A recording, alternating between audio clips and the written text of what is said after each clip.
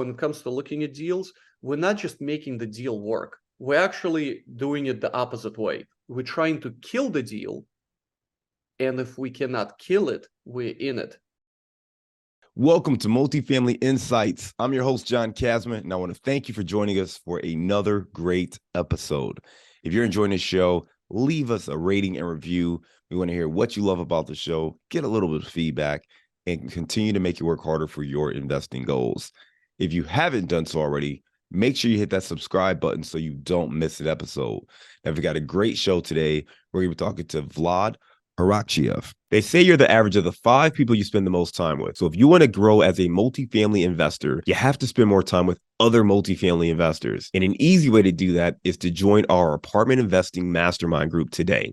Just go to KasmanCapital.com and click on the mastermind button. Now, as a part of this group, you'll get access to expert trainings, group coaching calls, industry news and updates, as well as all of our webinars and workshops, including our 3-hour workshop on raising capital. Again, if you want to be around other multifamily investors that can help you scale your portfolio today and grow your network, make sure you're a part of the Apartment Investing Mastermind. Just go to KasmanCapital.com and click on the Mastermind button today. Vlad Arakcheyev is an active investor, co-sponsor, and JV partner in 500 plus multifamily units and land developments, amounting to a multi-million-dollar portfolio. Now, Vlad is in charge of Zontic Ventures, operations, and asset management. Now, he is a member of the National Real Estate Investor Network as well. Let's welcome to the show, Vlad Arakcheyev. Thank you so much, John. I really appreciate it. Thank you. I'm excited to be here. Absolutely. Vlad, I went over your bio at a very high level. Why don't you take 2 minutes and give us a little bit more context? Yeah, I started my real estate journey by being a realtor in New Jersey, and I started flipping and wholesaling as many people have, and I shortly realized that it wasn't what I was looking for. I was looking for passive income. That's the thing. I was a graphic designer. I didn't want to have another job. I wanted to have freedom, which is true wealth, freedom of time, in my opinion. So I got some rentals here in Jersey. They worked out fine, but they were more work than ever. You know, just to give you an example, tenants called me to chase raccoons off their roof. A true story. Did you do it? Always happens in the middle of the night or like on Friday or Saturday or something like that. Did you go out there to chase the raccoons? I did not go. It was an hour and a half away. But I went to a multifamily conference in Houston, maybe 6 to 8 months after I started this flipping, and I saw the true potential of real estate, which is multifamily in my case, and everybody has been so welcoming and just awesome, and gave me their phone numbers, and they're like, ask me anything. And they said, we were in your place just a few years ago, so we're here to help you with anything you need. So I got back home, and of course I needed education, and the biggest thing for me was education and making a connection, because it's a team sport. You can't go doing it alone. In single family space, yeah, you can go alone. You can have, I don't know, 10 houses all by yourself, maybe even more. In multifamily, it has to be a team sport, especially I'm buying in Texas, Kansas, the Carolinas, and I'm in Jersey. How can I do that? Well, you need a team. So I joined a community, a multifamily community, Jake and Gino, and connected, educated myself. It took approximately 6 to 8 months of basically like drinking out of a fire hose. All this information was coming at me from everywhere. And slowly I made connections with people, with great operators. They basically took me under their wing, taught me what they know, and now we're doing deals together. And here I am. So yeah, it's pretty exciting journey. I love it, man. So listen, just to recap that, your real estate journey started as a realtor, getting your license, being a realtor, starting investing, getting some rentals, getting some flip projects, realizing that is not what you wanted to do. You didn't want to get those late night calls to chase raccoons off the roof, right? So instead of doing that, you focused on your education, went to an event in Houston, learned about multifamily investing, joined kind of the Jake and Gino education program, and ultimately, got to a point where after, some months, you were ready to start investing, you're partnering with other people. So talk to us about that first deal, right? So you kind of know you wanted passive income, you wanted something that was more passive as opposed to the late night phone calls based on these renters you were having.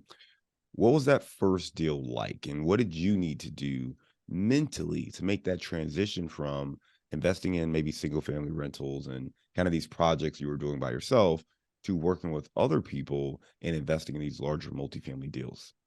Yeah, the mental part was actually, and still is in many cases, it just switched, but it's the most difficult thing because it's just so intimidating where like here in Jersey, I bought a house for $250,000, and our first multifamily project was 200 units in San Antonio, 18 million.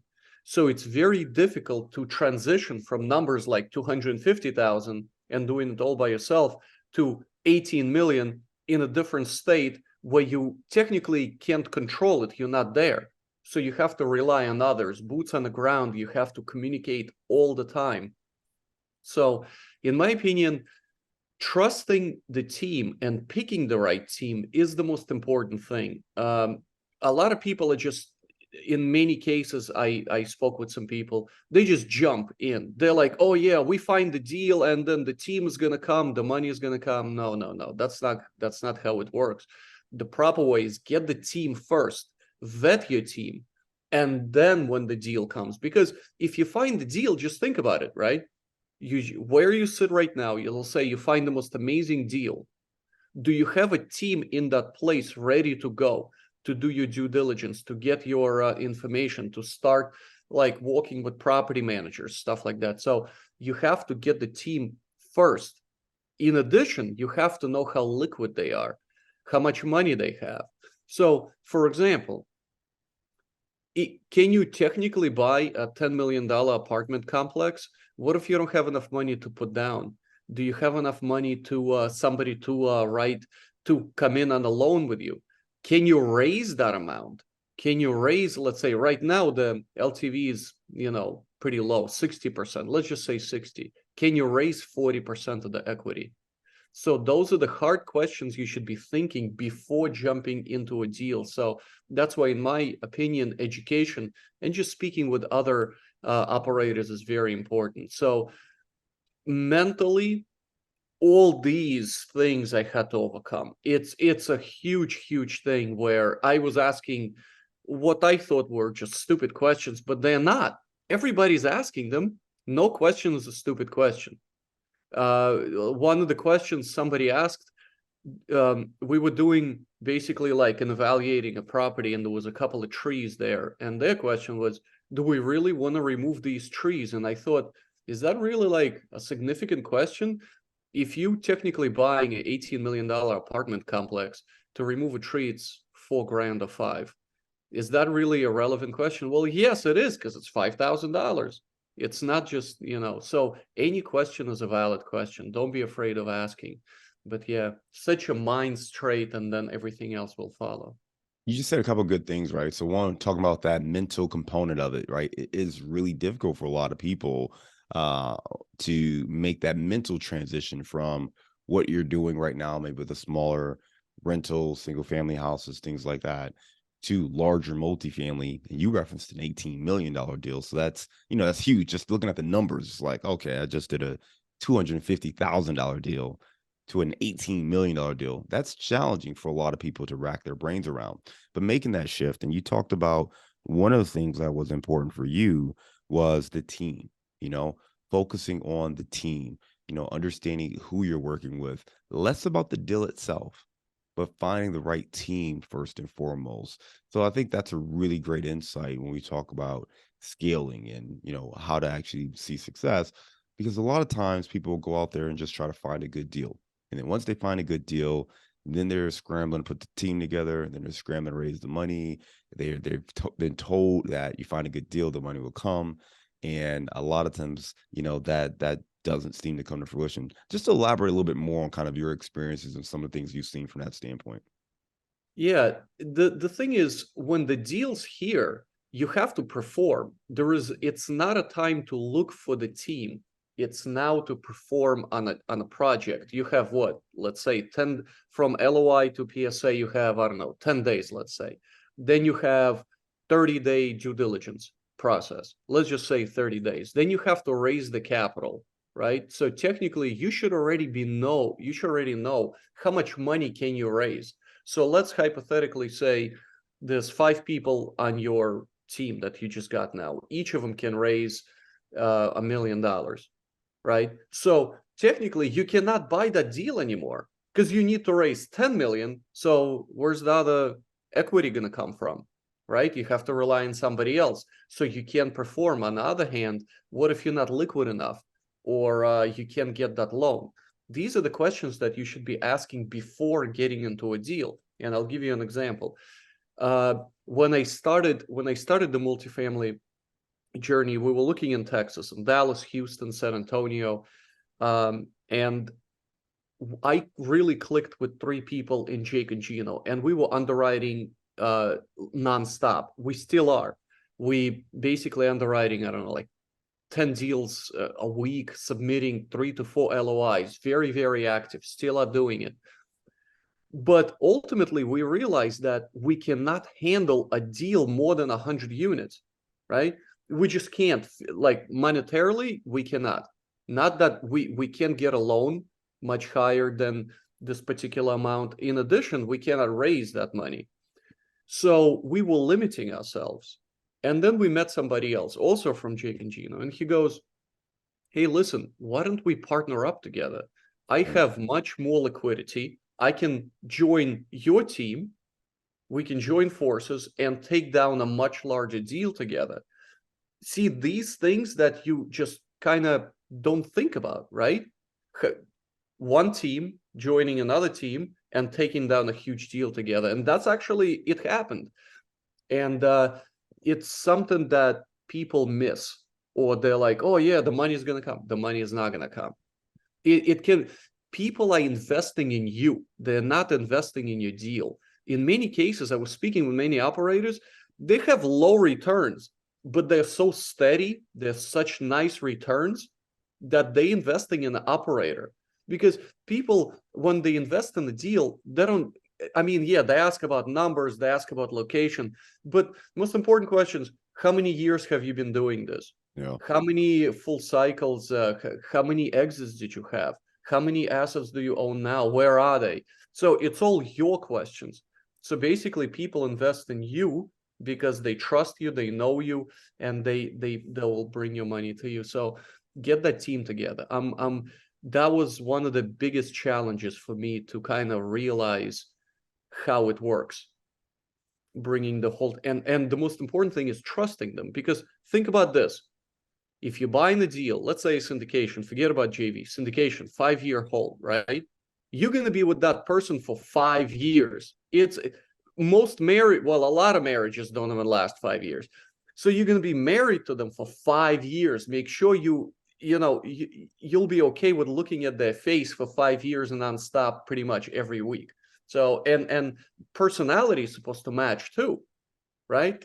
I'll give you another example. What if you work for 12 hours and that other person worked for 2 hours and takes vacations all the time? Would you want that person on your team? Just ask yourself these difficult questions. So Yeah, those values need to be aligned. Making sure the personalities kind of mesh.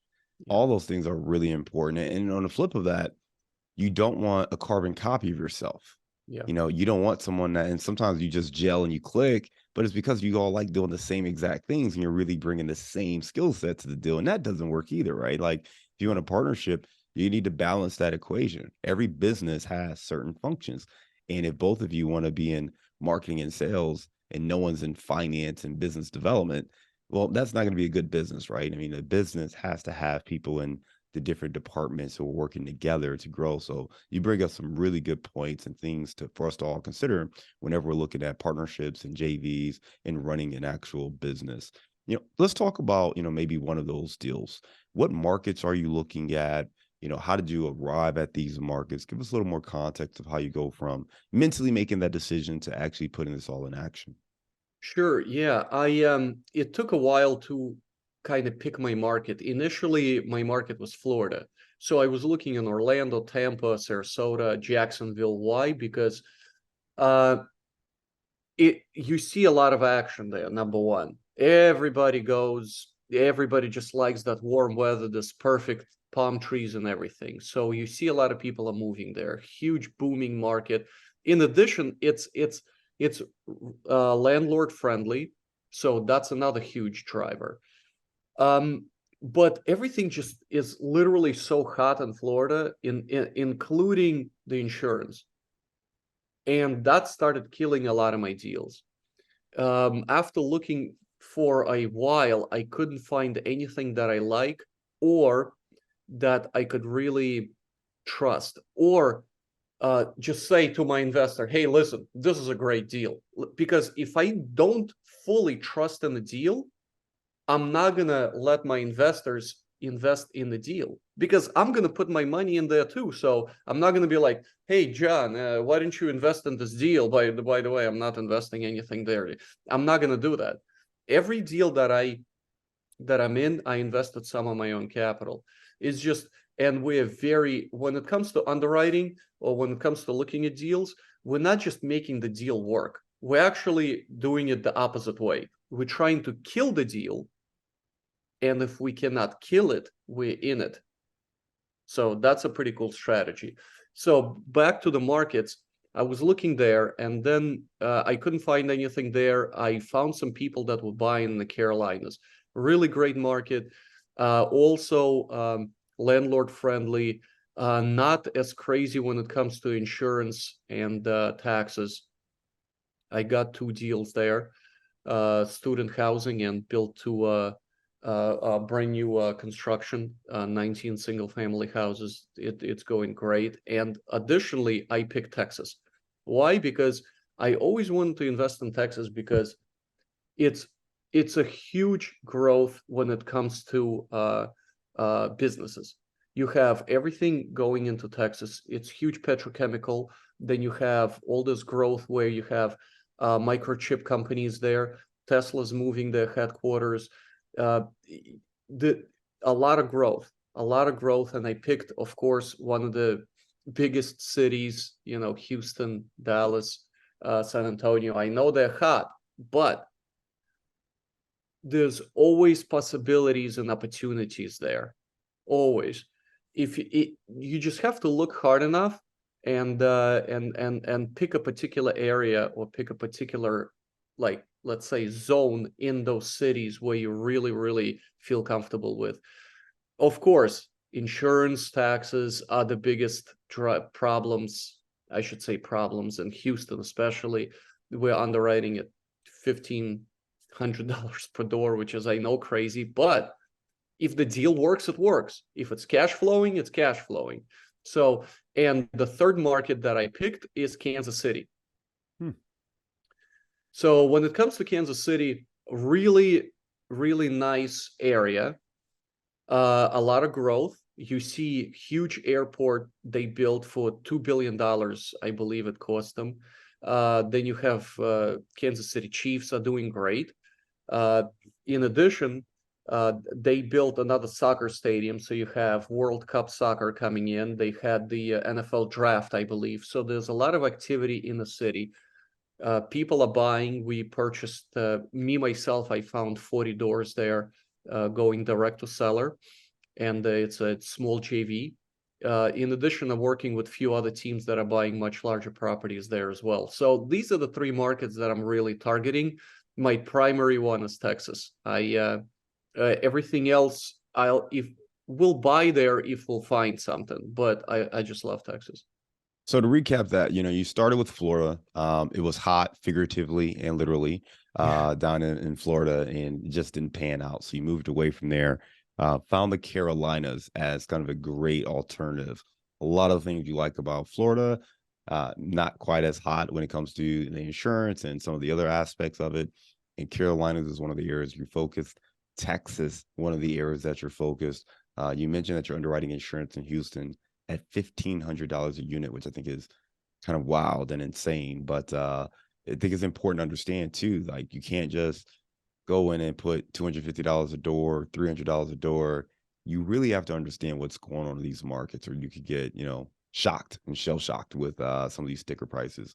But Texas is one of the markets you focus on, and then Kansas City, which it sounds like you're doing more JV type opportunities there. I want to go back to what we said before about building a team, finding the team. You're investing in three pretty different and distinct markets and geographically spread out. So how do you manage that process of building teams in three different markets like that? Yeah, great question. So when it comes to the Texas team, I started with those guys, and my core team is right now it's 10 people.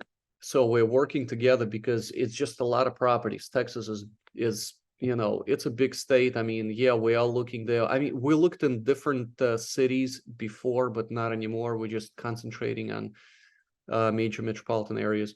When it comes to Kansas City, it literally kind of happened by accident because I was speaking with my coach, and he happened to be in Kansas City, and I was going direct to seller uh, because being a real estate agent, you kind of have to call sellers anyway. So I just kind of shifted my whole system into calling sellers of multifamily properties. And after calling for some time, I got a lead on a great property in Kansas City. Like I said, it happened literally by accident. And I called my partner Joe, and Joe said, "Hey, listen, it looks great. I'm gonna meet with the seller, and we're gonna go." So that team just kind of happened organically, where Joe, who happened to be my coach, and I know the guy for, I don't know, a year and a half now. I trust him, and he had a team, so I just kind of joined the team on Yeah. this deal. So that's how it happened, and the team is awesome. I mean, I can't really say anything bad. I'm learning so much, especially when it comes to asset managing. I did not know all these small things that you should be paying attention to. It's a lot more information, but at the same time, you trust your team to do other tasks. But when it comes to the Carolinas, one of the people approached me to raise capital and be a co-GP on a deal in the Carolinas. I know them. They actually live here in New Jersey too, and I know them for over 6 months. And the same thing happened. I said, "But what are we buying there?" And he introduced me to his team. So by trusting him and knowing him for nearly a year, I trusted him that he would pick a correct team, and he did. The team is solid, and I know those. I know those guys for, I would say, 6 to 8 months now. I spoke with them, but not really about deals, just kind of chit chatting when I saw them at the events and stuff like that. So I just kind of got in organically by just knowing somebody that knows somebody. But that's how it happened. So technically, it's three teams, but I do different things on a different team. And I'll give you an example. On a previous deal, um, we were buying a deal in Dallas, uh, vertical integration there, right? So they have a property manager. They didn't have a property manager. They property manage. They own. They have their own property management team. So I was doing investor relations, so I learned that. When it comes to Kansas City, we're doing asset management, so it works out well. I'm learning so much, or I should say co-asset management, because the person there, boots on the ground, is kind of the main asset manager. And of course, the same thing in the Carolinas. So we're doing asset management there as well. And additionally, why that just goes back to the point why I picked the Carolinas is just the convenience of it, right? So from New Jersey to Carolinas, it's like an hour flight. So I can be there literally this afternoon if I really wanted to. So location also matters. And Texas is a 4-hour flight, but there we buy in larger properties. So technically, I don't have to fly there that often. I do I, anyway. I will Yeah. tell you, I love the way you broke that down because a lot of times, we think about which markets should we invest in. It's easy just to look at the data and say, okay, where's population growth? Where's job growth? Cool, let's focus on that market. But there are some practicality components that we need to consider.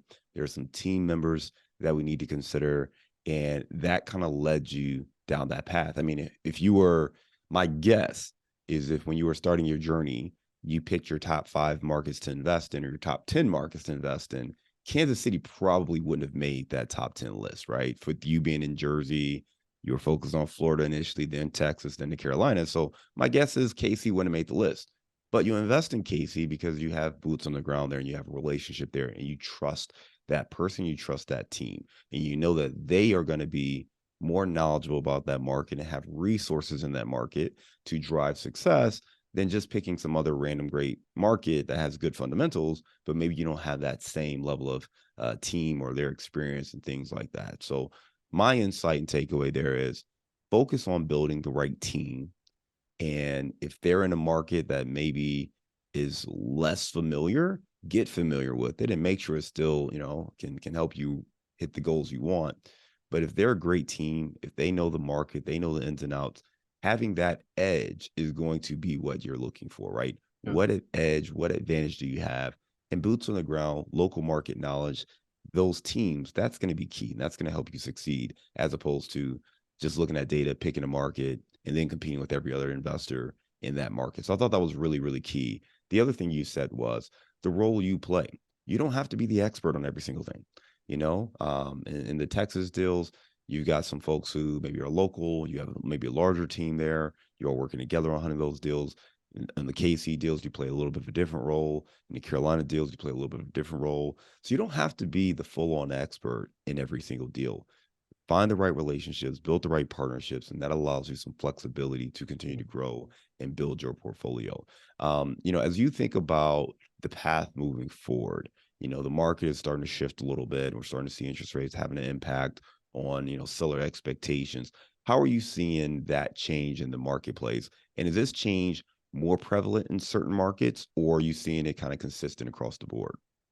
Yeah, I pretty much see it everywhere. I know that the rates are going up. They are, I don't know, we just got a Freddie loan for 5.6%, maybe a little higher, 5.7. But still, the deals are out there and they work. So you just have to creatively structure them. Our previous deal, actually deal we closed in November, we got a loan assumption. So a lot of them now we're doing loan assumptions and seller carryback. So when it comes to loan assumptions, we assumed somebody else's loan for 2.9%. It's an amazing deal. And everybody's like, how's that possible? Because they got a great loan and we just took it over. So the deal works. I see that the cap rates are starting to open up a little. Yeah, that's for sure. Because everything is shifting. Everybody got scared in the beginning because the Feds was just raising the rates just by, 75 basis points, which is just unheard of. And everybody got scared. The banks stopped. They got cold feet, stuff like that. So I see that it's happening, but people are buying. People are buying. I'm speaking with operators now. I see them all over social media. I have calls. I'm on, at the conferences. People are buying because the deals out there, and now sellers who have floating rates, they have to sell, right? They can't refi. So and here we are coming in, and we can take those deals down because there's opportunities everywhere. You just have to look and also create and structure the deal correctly.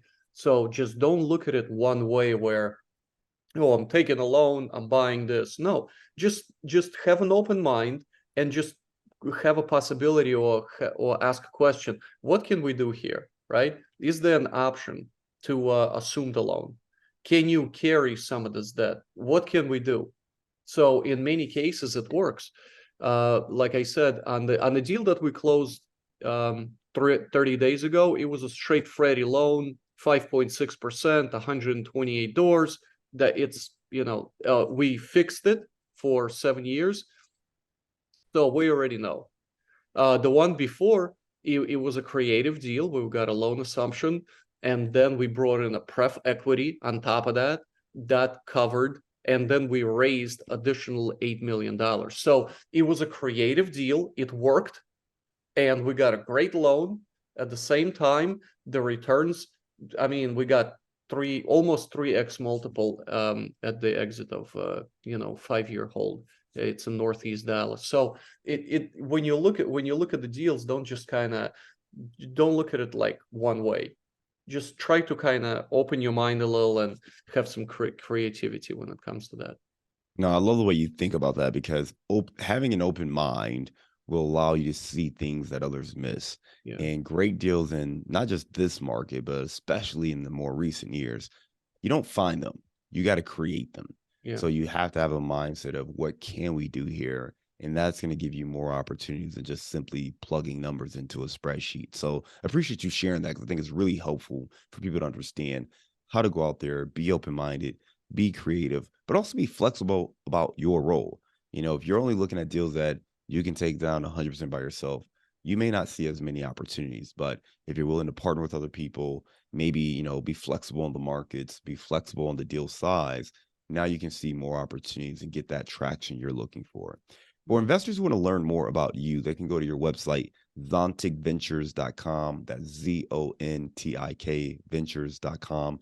We will link to that in our show notes along with your link tree. Right now, we're going to go to our round of insights. Are you ready? Ready. All right. Give me a failure or an apparent failure that sets you up for later success. My very first raise, where I raised over $1.4 million, and then the deal did not close because of the lender pulling out 2 weeks before closing. I don't consider that. I mean, everybody got their money back. Nobody lost their capital. All the passive investors got their money back. But lenders were really, really scared, I should say, and the deal did not close. So one would consider that a failure. And, technically, I was already counting my money, and of course, a huge asset under my belt. But it happened not to me, but for me. It taught me lessons, things to look out for, and to keep on driving forward. And to be honest with you, this deal, where some might find it discouraging or as a failure, snowballed into literally 4 more deals within 4 months. So every deal is not a bad deal, even if it didn't close. You learn something, you grow from it, move forward, and keep on driving forward. Give me a digital or mobile resource you recommend for your business. Digital resource. Oh, wow. You know what? This is great. So I've been I've been trying to find a CRM for the longest time. And one of the best ones that I found, HubSpot. It's so easy, and in many cases, it's just free for everything that it gives you. So I would say, because it literally just happened, I was looking for really, really good, robust CRM. I was switching from one. I changed 3. So check out HubSpot. Really cool. Give me the book you've recommended or gifted the most in the last year. Yeah, one of the books that really set my mind up, it's The One Thing by Gary Keller, where people are just being too broad. They're not focusing on the thing that takes their business and themselves to the next level. Like, do you want to 10x your business? Don't be just all over the place. Don't spread yourself too thin. Get rid of that 80% that is basically just keeping you busy for the sake of being busy, and concentrate on that 20% that will drive your business to the next level. So I would say one thing, is one of the greatest books you should read. Yeah, great book. Gary Keller, Jay Papasan. We actually just had Jay Papasan speak at our Midwest Real Estate Networking Summit, so got to meet him, and it's just phenomenal. And that book has been so powerful for a lot of people. So great to hear you recommend that book. Okay. All right, give me a daily habit that helps you stay focused on your goals. I just started doing this, and it's been a lot of changes in my life, especially when it comes to mental and mindset. Meditation. I thought, and please don't get offended, I thought it was silly. I didn't know how it works. I could not get it. Even though I do exercise, I journal, I set my daily goals, but meditation is unbelievable. To getting your mind, to calm your mind, because our mind racing all the time, and we have to calm our mind and get rid of the routine that we have in our mind. And that routine will be substituted by a new idea or by something else that's gonna increase your productivity. So do yoga, and if you fail at it, it's okay. Keep on doing it, right? If you go to the gym, you're not gonna bench press 300 pounds right away. You have to go there for like 6 months, right? So try yoga, please, and give it a shot. It'll help you. All right, appreciate that meditation. All right, give me your meditation. Sorry, I was talking about yoga works too. Yoga works too, but meditation. Yeah, sorry about that. Yeah, give me your number one insight for, I was about to say meditation. Yeah. But give me your number one insight for multifamily investing. One insight. Yeah. You know what? One of the big things that I think people should do is get educated. And you can educate yourself with YouTube videos and podcasts and books. Those are I guess less expensive and longer ways. But really, if you wanna increase your productivity and really like 10x your life and really get into multifamily, I would say join a mentorship group or a mentorship team. I know that you have to pay for them, but you get what you pay for, right? So if you really want to accelerate at a rapid pace, I think education is huge and mentorship is very important. Love it. All right. So listen, we've talked about, how to grow, mentorship. Let's lighten the mood completely, man. Go a different direction. Give me your favorite place to grab a bite to eat. Oh, I love sushi. I live in Rutherford here in New Jersey, so they have a really great downtown. I go there all the time, and I just do sushi. That's just kind of my thing. It's I guess light, and a lot of people like it. So plus they have different options if somebody doesn't like rolls. So there we go. Well, listen, lots of great insights. I appreciate you sharing that transition for you, coming from, being graphic designer, realtor, getting into rentals, getting into flips, realizing you wanted something a little more passive, getting into multifamily investing, figuring out, where to invest, starting in Florida, moving to the Carolinas, Texas, and then ultimately KC as well. The way you focused on teams and being flexible and open-minded with both deal structure, the role you play on the team, as well as how you structure the deals, structure the debt, the capital stack. All those things have allowed you to grow and scale. And even talking about, the failure that led to success, raising 1.4 million for that deal, having that deal not go through because the lender pulled out, but allowing that to be kind of the catalyst of 4 different deals over the next like 4 or 5 months. I think that's really key for all of us to take away. So I appreciate you sharing those insights along your journey, and hopefully that inspires somebody or gives them the information they need to unlock maybe that key or that lock that was holding them down. So take this information, apply it to whatever you're trying to do in your business and your investing. I want to thank you again, Vlad, for coming on the show today. We look forward to staying in touch with you, and I hope you have a great day. Thank you so much. I really enjoyed it. Thank you. Absolutely. And again, if anybody wants to connect with you, they can go to your website, Zontic Ventures, ZONTIK Ventures.com. And we'll make sure we put the link tree for all your social and stuff like that into our show notes. Thanks again, Vlad. Thank you.